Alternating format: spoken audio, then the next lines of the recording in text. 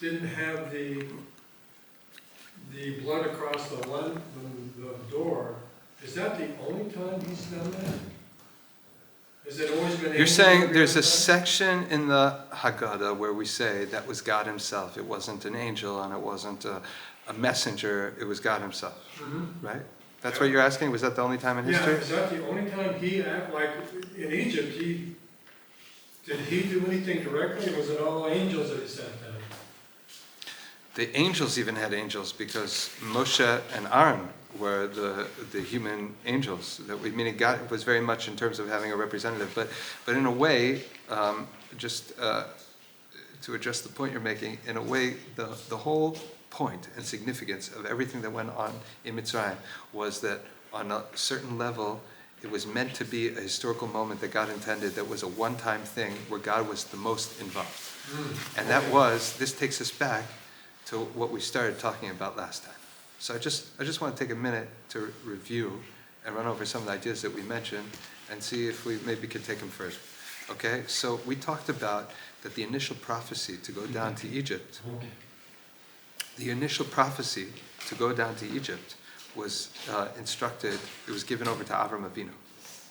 And we asked, what was that a response to? Why was it necessary? What did Avram, we tried to understand the context of that story. Why is it that in that part of the conversation, the relationship between Avram and Hashem, that Avram felt the need, that Hashem felt the need that to tell him that his children have to go through this process, right? We asked that. And we said, and we noted that Avraham Avinu, it's the first time Avraham Avinu says, well, how do I know? Somehow there's a question, how do I know that I'm going to get the land as an inheritance? Right?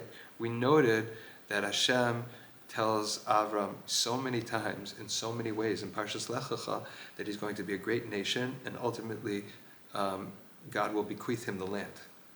So the question is, how come this particular time he said, well, how do I know? What does it mean that Avram questioned, he said, how do I know? And why is God telling him this prophecy? How's that an answer? That was the main issue that we talked about last time, was we introduced this idea that there's a conversation going on that's necessary to understand what the need for Mitzrayim was. Okay? You remember that? What's the difference between the Jews as a nation that came out of Mitzrayim and the Avot, Avraham, Yitzchak, and Yaakov? Avraham, Yitzchak, and Yaakov. What kind of relationship did Yaakov, or even Yaakov's kids, have with God, that wasn't enough, that somehow whatever we went through in Mitzrayim gives us, what does it give us that they didn't have? I don't know. These are important questions, right? I mean, Yeah. something happened. Why didn't God just... Now, we'll take the question further. God's telling Avram, we take for granted all the time, all the promises he tells Avram, he's also saying, though, but not yet. Why doesn't he do it in Avram's lifetime? Why does he say, I want to give you all these things, but I can't do it yet? Why? Does God have a problem doing something right away? No.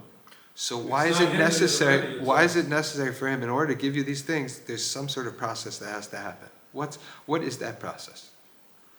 So we really, one of the things we could do is explore the difference between the kind of relationship that God had with the Avos and the kind of relationship that he has with us. That's one thing that has to be explored. But really, we didn't answer any of we asked a lot of really good questions, but we haven't begun to answer them yet. Right? Okay. So we noted last time that the main, that let's say if God promises Avraham, let's say 4 times, roughly 4 times in Parshas Lech Lecha, each time is going to be something different. Because why does God have to promise something over and over again? So if you look in the verse, what God promises the first time is not characterized exactly the same. You know, I'll give you an example. He says you're going to have a great nation and they're all going to be blessed through you. But then he says later your children are going to be like stars, or they're going to be like the dust of the earth. Is he just saying the same way in different poetic language, hey, there's going to be lots of them? Or is each one a particular idea that's new and is a new quality? So our theory was that if one would go through Parshas Lech Lecha and read the story, you'll see roughly that there's a back and forth between an initial promise that God makes to Avram, a story that happens in Avram's life, and then God comes back to reintroduce, to give another promise. And somehow this promise will be an upgrade as a response to some story that happened in Avram's life. And we can go through it and we can talk about it. But the point is that the third time that God promises Avraham the land, we said it was couched in the whole terminology of inheritance. Okay? So for example, sometimes God promises Avram the land as a matana, a gift.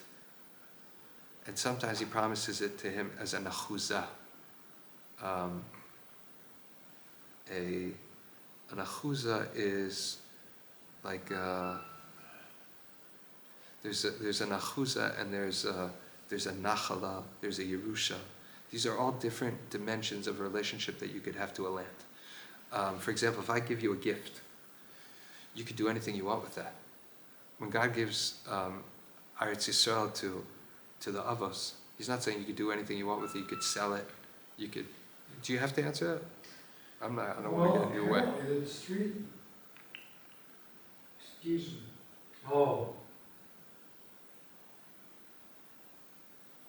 So. Oh. Okay, so basically, if I give you a gift, you could do whatever you want with that gift. You can give it to somebody else. You could break it apart. You could eat it, right? It's yours. There's a level of transaction that is no longer in my domain at all. I have no claim on it, and there's no conditions. But if you get an inheritance, right? Let's say there's the family business. You're seen as the custodian now of that family business. It's given to you on condition that you're the boss, but you have to stay within the legacy of the company. You can't decide that you're going to sell it or give it away or destroy it. It's been entrusted to you conditionally to continue the work, to keep it alive, right? It's like a kingdom or a monarchy. Anybody who's an heir is meant to perpetuate that which they received, and they don't have the license to do whatever they want with it. They have to be faithful to the previous generations.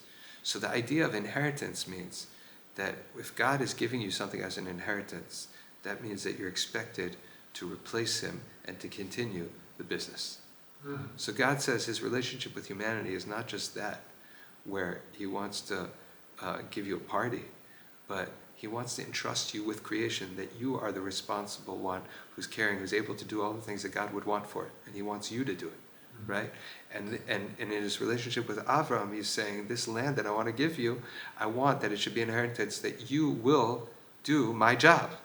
And that means that the function of inheritance is something that follows from generation to generation, which means that after Avraham, he can entrust Yitzchak, and he can trust Yaakov, and that Yaakov can have children that he can entrust, that he knows forever the Jewish people will actually be Jewish people, and there's not going to be some guy on some, the family patriarch on some generation who's going to be totally out of control and destroy everything.